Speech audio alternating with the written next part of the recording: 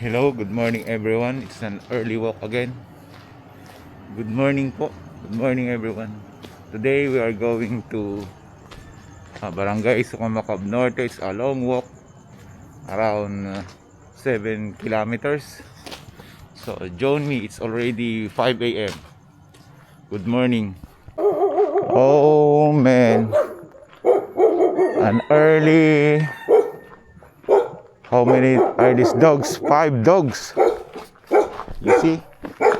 5 dogs. They are not stray dogs, but they are roaming around. These are. We need to be careful because if we turn our back, it might bite our butt. They should tie their dogs. It's very dangerous. So those are 4 dogs and 2 dogs over here. They are not stray dogs. They have pet owners, but they are not tied or not put on a leash. Those are the existing problems here in Cabanatuan City because most of the pet owners do not tie their dogs. Okay, we are about to leave our subdivisions. It's still early. A long way, a long walk to go. Join me. For those who have joined my first time to join my vlog, good morning everyone. And let's have a long, enjoyable walk.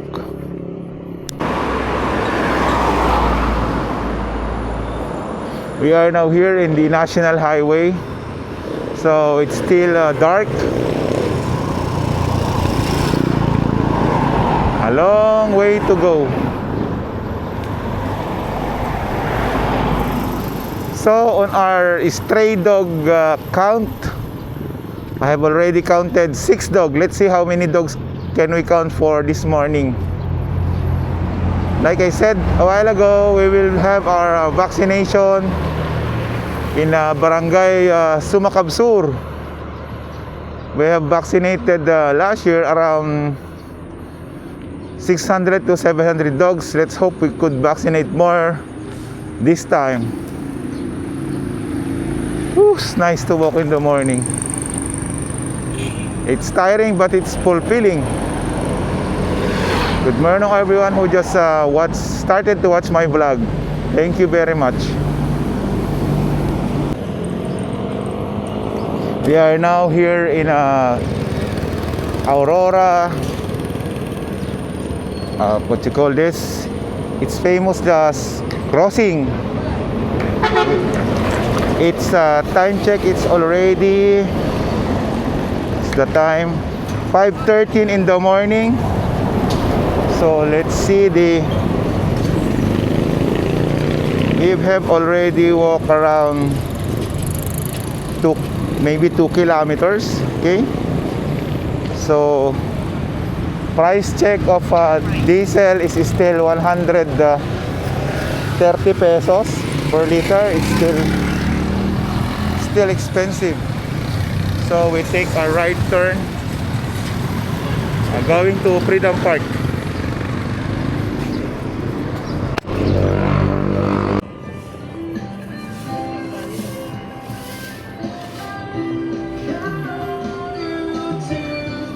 We are now here in Barangay Sangitan West. On my right and on my left is Sangitan East. Okay, we need to still walk around 5 kilometers going to Sumakab Norte. Good morning to all who have just started to watch this video. Good morning everyone, especially those who lives in Cabanatuan City. Pleasant good morning to everyone. We are now here in Freedom Park, Barangay Sangitan West, Cabanatuan City, where most of the running enthusiasts or walking enthusiasts are walking every morning and afternoon. So we will just do a short walk on the Freedom Park going to our destination. So time check, let's see the time. It's 5:22 and still 1 hour and 21 minutes to go. Long way to go. So on my left is the famous Sheila Hilton. Okay.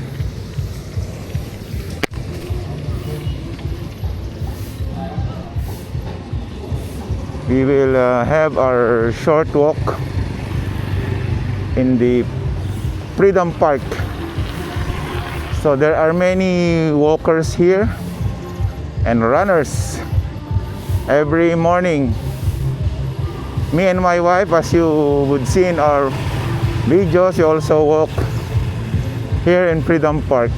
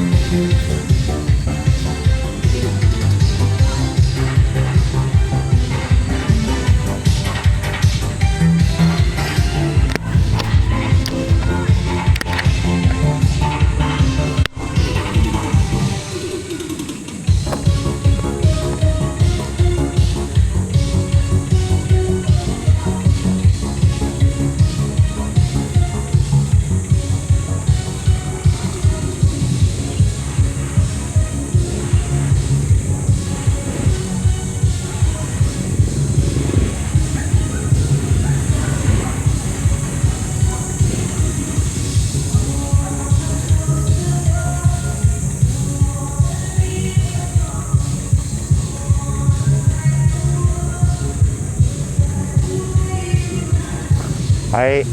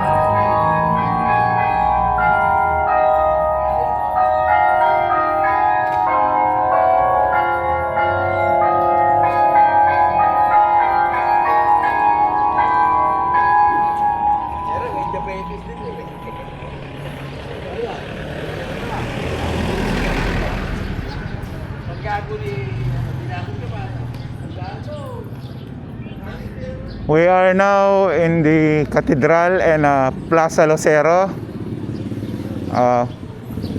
Time check is, let's see the time.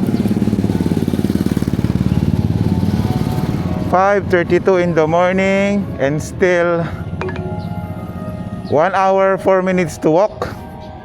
We are in what you call this, Del Pilar Street. Okay, good morning everyone.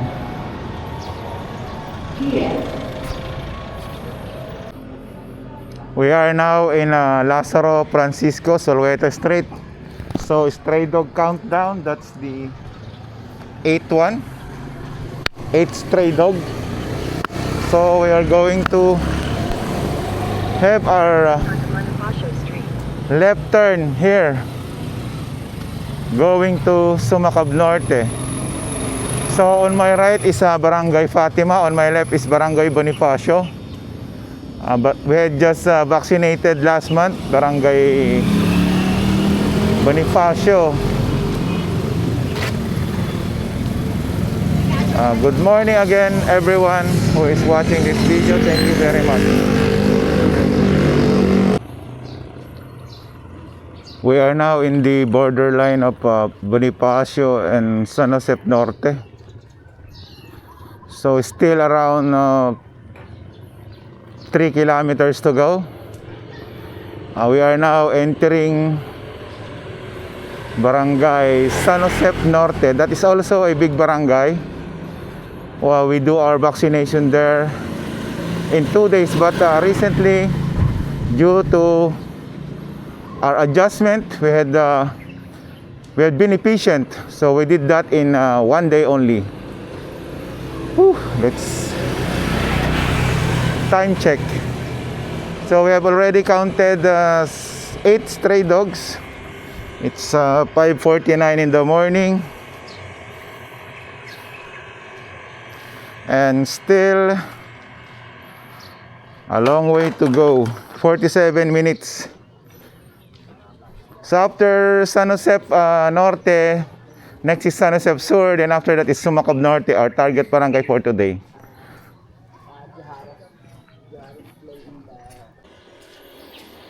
Okay, so this is San Jose Elementary School.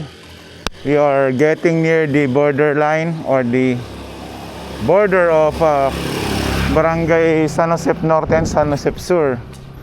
As you can see, that is the arc border. Good morning everyone again who is following me, watching my live. Thank you very much. We have still, let's see, time check and distance check. 33 minutes to go. Okay, a long way to go. San Jose Sur, this is also a big barangay and a high-risk barangay. We have vaccinated around almost 1,000 here. We vaccinate this barangay for 2 days. Okay, San Jose Sur. Okay, let's go. After San Jose Sur, it's Sumakab Norte.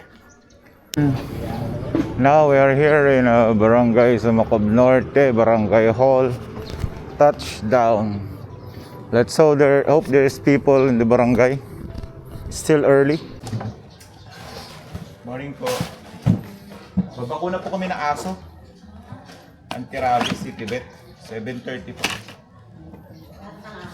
Yes po.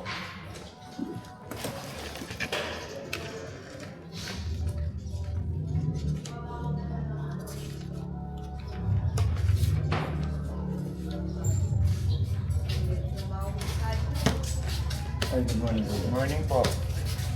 Anti-rabies po kami si Tibet. Sige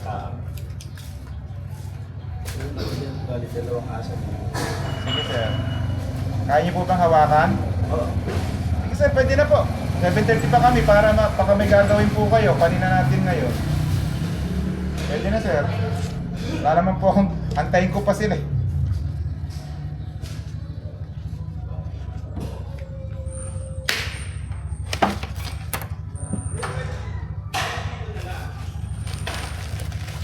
Wait lang sir. Sir, wait lang po. Kakarga lang po ako. Ilan po ba yan? Dalawa?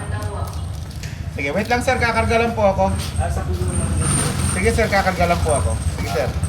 Low-load lang po ako. Hindi po sir buntis. Walang sakit. Walang nakagat. Wala. Last, na-injection na nyo rin yung last time. Apo, kami po yun.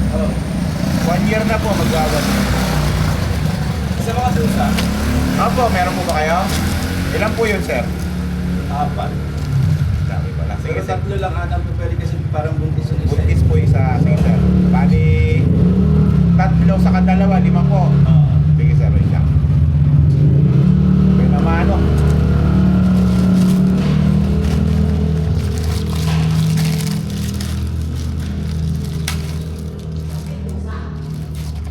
Pwede pa, basta kaya pong iabot sa akin ha.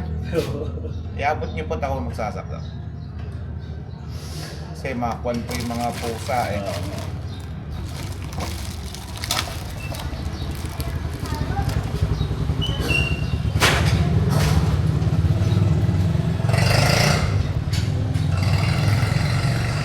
Sige sir, sunod ako. Sige sir, sunod ako. Sige sir, tara po.